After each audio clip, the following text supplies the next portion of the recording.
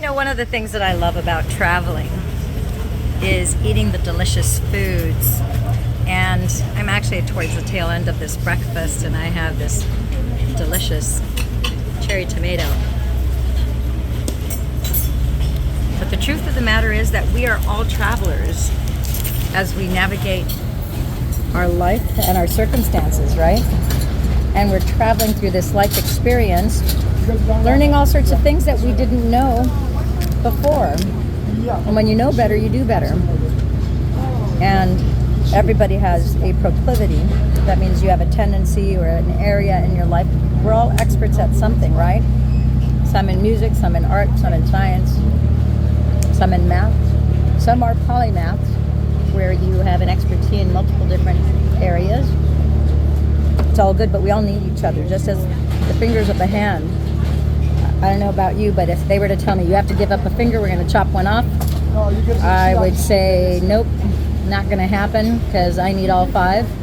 I'm not going to, my thumb looks very different from my pinky, or my pointer finger, my middle finger, or my ring finger. But I need them all. They look different. The use is different, and they're all necessary, which is why we have 5 of them and not just 1 or 2, right? And so the truth of the matter is that we need all parts of the body, just like we need all skill sets with all the humans that we have on this planet with 7 to 8 billion. I keep on hearing 8 billion lately, but I know that there's between 7 and 8 billion people, I am told, or that's what I read and hear, on the planet. And we all have a contribution to society. So first thing, I'd love for you guys to put in the comments below, what is your area of expertise? Are you a history teacher in elementary school, junior high, or high school? Is history your area of expertise? I was just in Split, Croatia a few days ago before I came here to Venice, and the gal who was our tour guide, who was probably one of the best tour guides I've had anywhere in the world, and she was exquisite at how she expressed and how she shared all this knowledge about Split, Croatia. Beautiful city. I went to Split, Croatia with no expectations, and I learned so much about that city, and we saw so many beautiful things there, and the history is so incredible. I got to tell you that my friends and I that were there, many of us want to return to Split, Croatia. We will be back. And she was just so gifted, even though English is not her first language. She was still very, very efficient and eloquent in her expression of sharing the stories, which is what history is. We hear the stories of how that whole area came into being, the people from the different lands that ended up settling there, why that town is called Split, Croatia. It has nothing to do with splitting anything. And so she's a history teacher in high school. So she does this during the time where she's not working at school, because she loves meeting people from all over the world. And she's a traveler herself. She loves traveling all over the planet, as do we.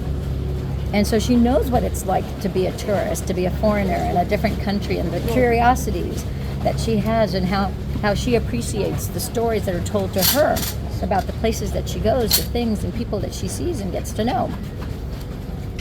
The truth is, we are all travelers. We're all learning as we have this journey called life, that we have this passage of time, right? And so I hope that you might consider, maybe not you, but maybe somebody in your family is having some sort of challenge. And if there's a chance that I might, just a 1% possibility, that whatever it is that they've been told, because nobody's condition is permanent. I've had people who were given 3 weeks to live, who needed organ transplants, who are now completely fine. And it did not take a year and a half or 2. And they were able to easily and effortlessly apply our cell activation patches. And there's a few other things that I recommend that people do, but the biggest component is really drinking the water and applying, remembering to apply the patches every day. This is so simple that even a 4-year-old can do it. I've had people who've patched their babies. We don't have any medical studies that test babies. That's a choice. Just like a mother might make the choice to give a baby Tylenol for a high fever, or Advil or Motrin or anything else that's over the counter. These are not by prescription, so these are FDA compliant Class 1 medical devices. So it's a choice. That baby has the similar DNA as the mother, shares 100% of the same mitochondria, and so that baby is able to benefit from this. I'm not telling you to apply patches on your babies or your children. I'm telling you what people have done and what I've done. I've patched my kids. My kids are now big though. And I know what it's like to have a child in pediatric intensive care for 11 weeks, 11 and a half weeks to be exact, who almost died in the first week. I know what that's like. It's part of what took me down the path of neurology, which I never would have gone down the path of neurology. I started off in emergency medicine. I am not a doctor, and I do not write prescriptions. I am not an MD. I did start a deep dive in pediatric neurology when that happened to my son, originally starting off in emergency medicine, and the rest is history. And so I have the good fortune of Dr. Nirmala. Things always have a funny way of working themselves out for the best. I would never wish on my worst enemy for them to get hit by a bus, but that was part of my journey. I had to not only be the mother of a child who had neurological conditions, I not only had to be someone who was a healthcare provider for people who have different types of, brain traumas and neurological conditions, because I repattern the brain from physical and emotional trauma. I also scan people, etc., and send them frequency medicine, vibrational frequencies, which some of you have already enjoyed the benefits of that. But then I had to become a neurological patient. Of all the things in the world, a neurological patient who had brain damage. Yes, this girl had brain damage. I had zero short-term memory. Long-term memory intact, short-term memory gone. It has just made me a better practitioner. Someone with more empathy. I'm able to be more helpful, more proactive in guiding people who have had traumatic brain injuries. Ended up doing a documentary on traumatic brain injuries with a 3-time Emmy award-winning director, Jerry Sher, and working with Dr. Daniel Amen. It was incredible. So follow your intuition, listen to your inner voice. If any of this message resonates with you, reach out. Talk to me. Tell me you're interested. Let me know what symptoms you're juggling. Maybe you don't have symptoms. Maybe you just want to repair your body and unring the bell of all this microwave frequencies that we're getting from 3G, 4G, 5G, and even 6G in different parts of the world. Because I've had people since January reaching out to me because they're having the effects of being microwaved from the 6G. Do you know what happens to a piece of beef when you put it in a microwave oven? It turns into a piece of leather. Pretty bad. Because you're microwaving the meat. And you're spinning at a cellular level. The spin rate of the electrons inside that meat dissipate the water, and it sucks all the water out, so that's why it dries it and turns it into leather. Guess what? We as human beings, we're being microwaved with the 5G and the 6G and so forth, not to mention the LED lights and all the electronics that we have in our environment.